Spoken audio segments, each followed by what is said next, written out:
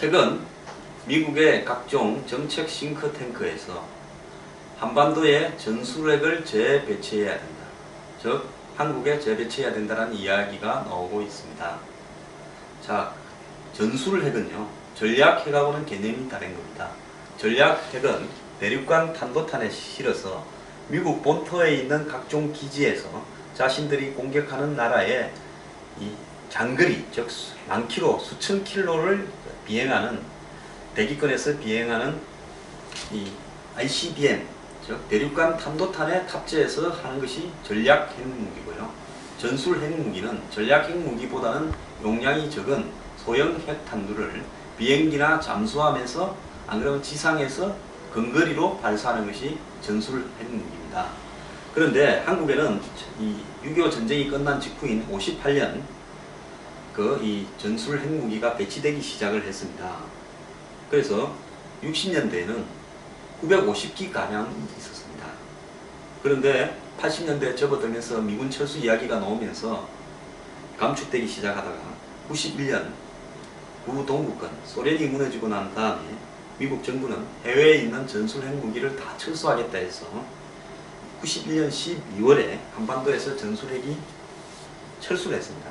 다만 미국은 한국 근처에 어디에 공중이나 바다 밑에 또는 지상에 전술 핵무기가 있으니까 한반도를 미국의 핵우산 아래 보호해 주겠다, 이렇게 이야기를 해왔습니다. 그 뒤로. 그런데 노무현 정권 때 당시에 통일 외교 안보 관계자들이 미국의 핵우산에서 한국을 배제해달라 이야기를 했다는 것이 한때 보도되기도 했습니다. 그런데 최근에 북한이 3차 핵실험까지 하고 계속 다수의 핵무기를 보유하고 있을 것으로 짐작되는 상황에서 미국이 한반도에 사드를 배치하겠다고 나섰습니다. 미국이 한반도에, 즉 한국에 사드를 배치하는 것은 앞으로 미군들이 전부 모이게 될 통합기지계획인 펜텍기지에 적어도 한 35,000명 정도의 군인과 가족들이 근무하게 될 건데, 그 가족들이 만약에 북한이 그쪽을 겨냥해서 전술 핵무기를 장사포 등으로 쏜다면, 안 그러면 단거리 스커드 미사일 등으로 쏜다면 순식간에 수만 명의 미국 국민들이 다 죽게 됩니다. 그렇기 때문에 미국이 여기에 사드를 배치해서 고고도 미사일 요격망을 갖추어서 북한이 전술핵 무기를 쏘면 미국이 요격해서 다른 미사일로 격추시키겠다고 하는 것인데요. 근데 요격해서 격추시키는 것은 성공할 수도 있고 실패할 수도 있고 100% 장담을 할 수 없는 겁니다. 그렇다면 미국은 뭡니까? 전술 핵무기를 쏜 북한의 원점, 즉 북한이 휴전선 근처 어디에선가 기지에서 쐈다면 그 근처나, 안 그러면 평양의 김정일 거주지를 상대로 핵폭탄을 발사해서 즉각 북한을 핵으로 초토화시키는 부분을 이 억제력, 즉 핵에는 핵으로 억제한다라는 동등한 억제력을 가지고 있어야만이 사드가 의미가 있는 거지. 사드만 혼자 배치하면 의미가 없는 겁니다. 그래서 한국의 사드 배치가 미국에서는 기정사실화 되고 있는 상황에서 사드 배치의 이 힘을 더욱더 강하게 바치려면 전술 핵무기의 배치가 필수적이다라는 부분입니다. 그런데 북한은 이 한반도에 전술 핵무기가 배치되지 못하도록 한국 내에 온갖 종북 세력을 동원해서 사드 배치 반대해서, 제가 청와대 앞에 가서 1인 시위할 때 수많은 종북 좌파들이 매일 시간 단위로 교대로 청와대 앞에서 사드 배치 반대를 했습니다. 그리고 전술 핵무기 배치 반대도 했습니다. 좌파들은 내용을 다 알고 있는 겁니다.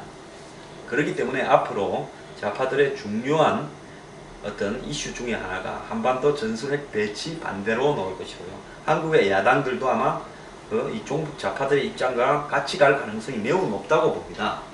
그런데 이런 어떤 전술핵 배치에 대해서 미국에서 비주류격인 전술핵 배치에 대해서 좀 비판적인 이 비주류 쪽에서도 한국에 가서 한국 청와대 관계자들을 만났더니만 원하고 있더라라고 해서 보도를 했습니다. 그래서 CSIS 같은 미국 정부와 깊은 관계가 있는 안보연구소에서도 158페이지짜리 보고서로 한반도의 전술핵 배치의 필요성을 이야기했고, 또 거기에 대해서 비판적인 연구소 관련자들도 실제로 이런 논의가 되고 있다고 이야기한 걸로 봐서 미국이 91년 이후에 한반도에서 철수한 전술핵을 다시 배치를 하려고 하는 것 같습니다. 자, 북한은 한반도 비핵화를 주장하면서 평화운동을 전개해왔고, 이 남한 내에서 북한을 추종하는 수많은 사람들이 평화주의자, 비핵주의자로 이렇게 위장을 해왔습니다. 근데 북한이 핵을 가지고 있는데 대해서는 말을 하지 않습니다. 자의적 용도라고 이야기를 합니다. 안 그러면 부정하고 있습니다. 그러면서 한반도에 미국의 전술핵이 배치된다면 아마 굉장히 반대하고 나설 겁니다. 미국의 전술핵은 우리가 곧 도입하게 될 F-35 같은 첨단 스텔스 전투기에 탑재되어서 북한까지 레이더에 걸리지 않고 가서 순식간에 북한의 목표 지점을 타격하게 될 겁니다. 이렇게 북한이 당할 수 있다는 것을 알아야만이 지금 북한이 몇 개인지 모를 개발하고 있는 핵무기들이 무력화되는 겁니다. 즉 핵에 대한 억제는 재래식 무기로 우리가 가지고 있는 탱크나 뭐 기타 폭탄, 미사일 등으로는 절대 반대할 수가, 막아낼 수가 없습니다. 그렇기 때문에 핵은 핵으로 대응을 하게 될 때 핵전쟁이 일어나지 않는다는 것이 구소련이 수많은 핵을 가지고 있었음에도 불구하고 미국이 핵 억제력을 확보해서 전략 전술 핵무기로 밀어붙였을 때 한 건의 핵미사일도 쏘지 못하고 끝난 거 아니겠습니까? 그래서 저는 이런 어떤 부분들이 굉장히 필요하다고 보고요. 한반도의 전술 핵무기 재배치 부분을 이 보수 진영, 애국 진영에서 굉장히 심각하게 지지하고 고민해야 될 때라고 봅니다.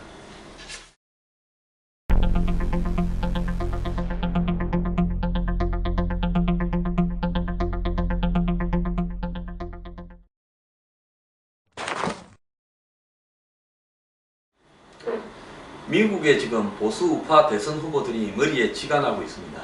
무엇 때문에 그런가 하면 동성 결혼을 합법한 지난주 연방대법원의 판결 때문에 그렇습니다. 미국에서 보수냐 진보냐를 가르는 중요한 부분은 낙태라든지 동성 결혼이 상징적으로 되어 있습니다. 자, 그런데 보수 인사가 있는 연방대법원장이 이 동성 간의 결혼을 합법화해버렸습니다. 지금 미국에 동성 결혼 문제가 걸려있는 사람들이 1100만 명이라고 그럽니다. 자, 이런 상황 속에서 미국의 이제 지금 민주공화당은 내부에 대선 후보를 결정하는 이제 이 절차에 들어가가지고 경선을 이제 곧 앞두고 있는데요. 자, 당내에서 선거에 이기기 위해서는 무조건 동성 결혼을 반대한다, 낙태를 반대한다, 이런 입장을 취해야 됩니다. 그런데 당내에서는 그러면 후보가 되는데 유리한데 본선에 가서 이제 이 민주당에 만약에 힐러리랑 이런 후보하고 붙을 때 동성 결혼을 반대한다라고 하면 중도층까지를 포함한 많은 사람들이 돌았을 겁니다. 그래서 이런 부분을 두려워하기 때문에 지금 본선용과 그 다음에 예선용의 공약을 달리할 것입니다. 한국에는요, 예선 때는 이러다가 본선 때는 말 바꾸는 대통령 후보들이 굉장히 많았는데요. 미국에서는 말을 바꾸는 순간에 정치적인 생명이 끝입니다. 그래서 지금 1위를 달리고 있는 잽 부시, 조지 W. 부시 전 대통령의 동생이죠. 플로리다 주지사를 했는데 이 잽 부시는 부인이 히스패닉이고 아들이 히스패닉 혼혈이기 때문에 이 사람은 소수 인종의 지지가 높습니다. 그렇기 때문에 이 사람 같은 경우에는 진보적인 입장으로 요즘 좀 바뀌고 있는데요. 그래서 이 양반은 이 동성 결혼을 찬성하는 쪽으로 살짝 돌고 있는데 내부의 반발이 우려되고 보수 진영에서 지금 잽 부시를 집중적으로 비판하고 있어서 곤혹스럽고요. 그 다음에 2등, 3등에 오르내리는 스콧 워커 위스콘신 지사 같은 경우에는 이 보수적인 입장을 아직 취하고 있습니다. 그런데 3등에 하고 있는 루비오 상원 의원 같은 경우에는 중간쯤 되는 이야기를 하고 있고요. 그 밑으로 이제 테드 크루저나 마이크 허비 같은 4, 5등은 무조건 강경하게 반대한다는 겁니다. 그러니까 이런 모습들을 보면서 한국이나 미국이나 조금 대선이 거리가 있는 사람은 무조건 내지르고 보고요. 좀 될 것 같은 사람은 굉장히 조심해야 되는 이런 입장에 놓여 있는 것이 크게 다르지 않구나, 이렇게 느껴집니다. 마지막으로요. 어제 한국은행이 지난해 가계부채 유형분이 100만 가구를 돌파해서 110만 가구고 이 사람들한테 대출되어 있는 부채 규모가 143억이다. 굉장히 심각하다는 이야기를 했습니다. 그러니까 한마디로 이 대한민국의 가계부채가 지금 1100조를 향해서 가고 있는데 그 중에서 이 110만 가구 정도가 당장이라도 무너질 수 있는 위험군에 도달해 있다. 자, 농가부채 탕감을 옛날에 한 적이 있습니다. 이제는 아마 다음 대선에는 가계부채 탕감 공약이 나올지도 모릅니다. 이 심각해지는 가계부채들을요, 역대 정권은 내 있을 때는 모르겠다. 지금은 안 터지면 된다라고 손수건 돌리기로 넘겨왔습니다. 자, 최근에 부동산 가격과 관련해서 은행들이 대출 조건을 완화해가지고 뭐 DTI, LVT 이런 부분에 있어서 굉장히 이제 완화해줬습니다. 그래서 은행에서 집을 산다면 돈을 빌리기가 굉장히 쉬워졌는데요. 그 중에는 뭐 200만 명 이상의 한마디로 하우스푸어 계층도 있습니다. 자, 지금 은행에서 돈을 빌리는 사람이 상당수는 집을 사기 위해서도 있지만 한마디로 빌려서 또 다른 빚을 갚는 사람들도 늘어나고 있습니다. 가계부채 문제 이대로 두면요, 언젠가는 제2의 IMF를 맞을 수도 있습니다.